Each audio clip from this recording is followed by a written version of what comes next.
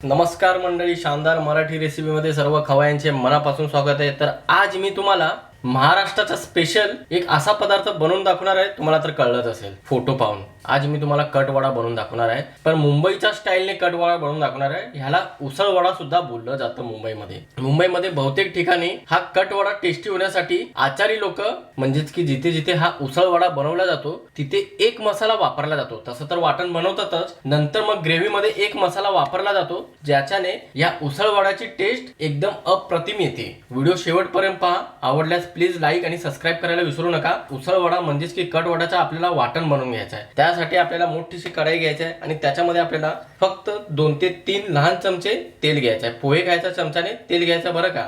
तेल चांगल्या प्रकारे गरम झालं की याच्यामध्ये आपल्याला 8 ते 10 लसणाच्या पाकळ्या व 2 इंच आलं लहान तुकडे करून घ्यायचे आहेत। सोबतच 1 चमचा जिरे, 1 चमचा शहाजिरे, 1 ते 1.5 चमचा अख्खे धने, 1 चमचा खसखस, 1 चमचा सफेद तीळ आणि याच्यामध्ये मी 2 ते 3 लहान तुकडे दालचिनी, 1 मोठी इलायची, 2 लहान इलायची, 4 लवंगा घेतलेल्या आहेत, 1 चमचा काळी मिरी आणि 1 ते 2 चमचे ओलं नारळ किसून घेतलेलं आहे। तुम्ही ओलं नारळ किसून घेत नसाल किंवा तुमच्याकडे ओलं नारळ नसेल, सुकं खोबरं किंवा नारळाची पावडर वापरलं तरी चालेल। आता ह्या सर्व जिन्नसांना ह्यांचा कच्चेपणा जाईपर्यंत आपल्याला चांगल्या प्रकारे परतवून घ्यायचा आहे। गॅसला आपल्याला पूर्णपणे मंद ठेवायचा आहे, फास्ट किंवा मध्यम ठेवायचा नाही। तर मंडळी 1 ते 1.5 मिनिटापर्यंत परतवून घेतलेला आहे। चांगल्या प्रकारे ह्याच्यामधला कच्चेपणा निघून गेला की हलकासा सुगंध दरवळायला लागतो। आता ह्या वेळेस गॅस बंद करायचा आहे आणि हे मसाले एका प्लेटमध्ये काढून चांगल्या प्रकारे थंड करून घ्यायचा आहे। तर मंडळी इथे मी अशी एक जाळी घेतलेली आहे आणि त्या जाळीवर मी सुकं खोबरं 150 ग्राम आणि 1 कांदा भाजून घेत आहे। ही स्टेप पूर्णपणे ऑप्शनल आहे बरं का। तुम्ही वाटलंच तर या नारळाचे काप करून घेऊ शकता आणि कांदा चांगल्या प्रकारे बारीक करून एखाद्या पॅन मध्ये 1 चमचा तेलामध्ये चांगल्या प्रकारे भाजून घेऊ शकता, म्हणजेच की परतवून घेऊ शकता। पूर्ण कच्चेपणा जाईपर्यंत परतवून घ्यायचा आहे। मला पर्सनली अनुभव आहे, ह्या स्टेप मध्ये तुम्ही ही कटवड्याची रेसिपी बनवणार तर एकदम स्मोकी फ्लेवर येणार आणि चव तर चांगली येते, शिवाय रंग सुद्धा चांगला येतो। म्हणून मी या दोन्ही जिन्नसांना चांगल्या प्रकारे भाजून घेत आहे। चांगलं काळं होईपर्यंत भाजून घ्यायचं आहे। तर मंडळी पाहू शकता, नारळ चांगल्या प्रकारे सर्वात अगोदर भाजला गेला आहे। कांद्याला थोडासा वेळ लागतो। नारळ भाजलं की ह्याला बाजूला काढू आणि ह्याचे लहान लहान तुकडे करून घेऊ थंड झाल्यावर, आणि कांद्याला सुद्धा चांगलं काळं करून घ्यायचं आहे, म्हणजे आतून सुद्धा चांगल्या प्रकारे ह्याचा कच्चेपणा निघून जाईपर्यंत आपल्याला भाजून घ्यायचं आहे। मग ह्याला पण आपल्याला थंड करून ह्याचे पण आपल्याला काप करून घ्यायचे आहेत।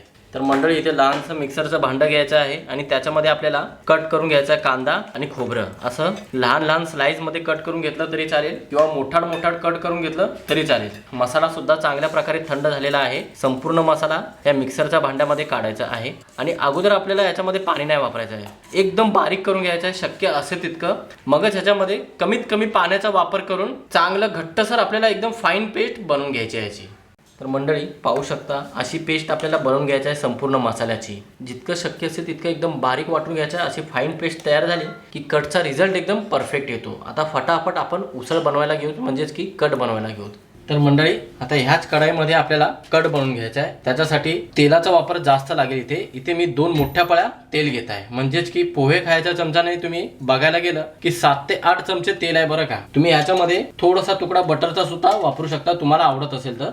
तेल चांगल्या प्रकारे गरम झालं की 1 चमचा मिक्स मोहरी जिरा टाकायचा आहे। सोबतच एक मोठ्या आकाराचा कांदा बारीक कापून घ्यायचा आहे। आता कांद्याला आपल्याला चांगल्या प्रकारे लाल होईपर्यंत परतून घ्यायचा आहे। गॅसला आपल्याला मंदच ठेवायचा आहे।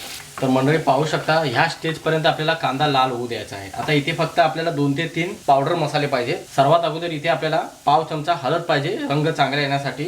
तिखटपणासाठी 1 चमचा लाल तिखट आणि 1 सिक्रेट मसाला टाकतात स्टॉलवाले किंवा हॉटेलवाले, तो मसाला आहे 1 चमचा कांदा लसूण मसाला। तुमच्याकडे कांदा लसूण मसाला नसेल किंवा अवेलेबल तुम्हाला झाला नसेल तर तुम्ही याच्यामध्ये 1 ते अर्धा चमचा गरम मसाला वापरला तरी चालेल। काही वेळ आपल्याला याला परतून घ्यायचा आहे, जास्त वेळ परतून घ्यायचा नाही, फक्त 1 मिनिटापर्यंत किंवा 40 ते 30 सेकंदापर्यंत परतून घ्यायचा आहे। ओव्हर कुकिंग करू नका, नाहीतर मसाले जळणार। असं काही सेकंद परतून घेतलं की याच्यामध्ये आपल्याला बनवून ठेवलेलं वाटण संपूर्ण काढून घ्यायचं आहे आणि चांगल्या प्रकारे आता परतून घ्यायचं आहे। वाटणला चांगल्या प्रकारे एकजीव सुद्धा करायचा आहे। 2 ते 3 मिनिटापर्यंत परतून घ्यायचं आहे, जेणेकरून वाटणला तेल सुटायला पाहिजे। तर मंडळी फक्त 2 ते 3 मिनिटांमध्ये मसाला पूर्णपणे तयार झालेला आहे. मस्त याला तेल सुद्धा सुटलेलं आहे. अशा पद्धतीने संपूर्ण मसाला आपल्याला फ्राय करून द्यायचा आहे. आता ह्याच्यामध्ये आपल्याला वाटाणे टाकायचे आहेत. इथे मी 50% वाटाणे शिजवून घेतलेले आहेत. तुम्ही म्हटलं तर कुकरला एका शिट्टीमध्ये सुद्धा 50% पर्यंत शिजवून घ्यायचं, थोडंसं मीठ टाकून. आणि तुम्ही न शिजवता सुद्धा वाटाणे वापरू शकता. फक्त स्वच्छ धुवून घ्या आणि मग वाटाणे वापरायचे आहेत. आता फक्त आपल्याला या मसाल्यामध्ये वाटाणे चांगल्या प्रकारे एकजीव करायचा आहे. कट 2 प्रकारे बनतो. एक तर असं वाटाणे वापरून बनतो आणि एक बिगर वाटाण्याचा बनतो. आता तुम्हाला तुमच्या आवडीनुसार तुम्ही कट बनवू शकता, पण मी सजेस्ट करेन अशा पद्धतीने तुम्ही ही उसळची रेसिपी म्हणजेच की कटची रेसिपी बनवून पहा मंडळी. खूपच टेस्टी लागते आणि एकदम ऑर्गॅनिक चव येते हॉटेल मधल्यासारखी. चांगल्या प्रकारे याच्यामध्ये वाटाणे एकजीव झालेले आहेत. आता काय करायचं आहे, ह्याच्यामध्ये पाणी वापरायचं आहे. पाण्याचं प्रमाण किती वापरायचं आणि पाणी कसं वापरायचं आहे, तर इथे मी गरम पाणी वापरत आहे. कुकिंग प्रोसेस मध्ये चव टिकून राहण्यासाठी आपल्याला पाणी गरम वापरायचं आहे. आणि जितकं मी साहित्याचं माप दिलेलं आहे त्यानुसार इथे मी 1 लिटर गरम पाणी वापरत आहे. तुम्ही साहित्याचं माप वाढवलं तर पाण्याचं माप सुद्धा वाढवायचं आहे. आणि चांगल्या प्रकारे ह्याला ढवळून घ्यायचं आहे. आणि इथे तुम्हाला एक गोष्ट लक्षात ठेवायची आहे, मसाले जे कोणते कमी असतील ह्या वाटणची चव एकदा पहा आणि मग त्याच्यामध्ये मसाले तुम्ही वापरू शकता. तुम्हाला चांगला रंग पाहिजे असेल तर आणखीन इथे तुम्ही लाल तिखट वापरू शकता. काश्मीरी लाल तिखट वापरलं तरी चालेल. असं चांगल्या प्रकारे ढवळून घेतलं की हलकीशी उकळी येण्याची आपल्याला वाट पाहायची आहे. तर पाहू शकता मंडळी, मस्त अशी उकळी आलेली आहे. तर इथे मी मीठ टाकायचं विसरलं होतं म्हणून इथे मीठ टाकत आहे चवीनुसार आणि चांगल्या प्रकारे ढवळून घेत आहे. आता किती वेळ शिजवायचं ते सुद्धा महत्वाचं आहे. इथे मी वाटाणे 50% शिजवून घेतलं होतं, म्हणजे मला जास्त वेळ ह्याला शिजवावं लागणार नाही. चांगल्या प्रकारे ढवळून घेतलं की झाकण लावायचं आहे. गॅस मीडियम किंवा मंद ठेवायचा आहे आणि 15 मिनिटापर्यंत शिजवून घ्यायचं आहे. तुम्ही रात्रभर वाटाणे भिजत ठेवला असाल, न शिजवता वापरत असाल तर अर्धा तास तुम्ही शिजवून घेऊ शकता गॅसला मंद ठेवून. तर मंडळी आपला कट शिजत आहे तोपर्यंत आपण बटाटाच्या भाजीचं वाटण बनवून घेऊ. मिक्सरच्या भांड्यामध्ये आपल्याला 8 ते 10 हिरव्या मिरच्या घ्यायच्या आहेत. तिखट तुम्ही तुमच्या आवडीनुसार कमी जास्त करू शकता. 15 ते 20 पाकळ्या लसणाच्या व 2 लहान तुकडे आलं घ्यायचं आहे आणि पाणी न वापरताच ह्याला जाडसर वाटून घ्यायचं आहे. तर मंडळी असं वाटून घेतलं की फटाफट भाजी बनवून घेऊ. तर मंडळी एखादा पॅन घ्यायचा आहे आणि त्याच्यामध्ये 2 चमचे तेल घ्यायचं आहे. तेल गरम झाल्यावर 1 चमचा मिक्स मोहरी जिरा टाकायचा आहे. सोबतच बनवून घेतलेलं वाटण सुद्धा संपूर्ण काढून घ्यायचं आहे. आणि ह्या वाटणचा कच्चेपणा जाईपर्यंत आपल्याला 1 मिनिटापर्यंत गॅसला मंद ठेवून परतून घ्यायचं आहे. वाटणचा कच्चेपणा निघून गेलेला आहे. हे आपल्याला रंग चांगला येण्यासाठी पाव चमचा ते अर्धा चमचा हळद टाकायचे आहे आणि पुन्हा काही सेकंद परतून घ्यायचं आहे. असं काही सेकंद परतून झालं की आता याच्यामध्ये आपल्याला अर्धा किलो उकडलेले बटाटे संपूर्ण काढून घ्यायचा आहे.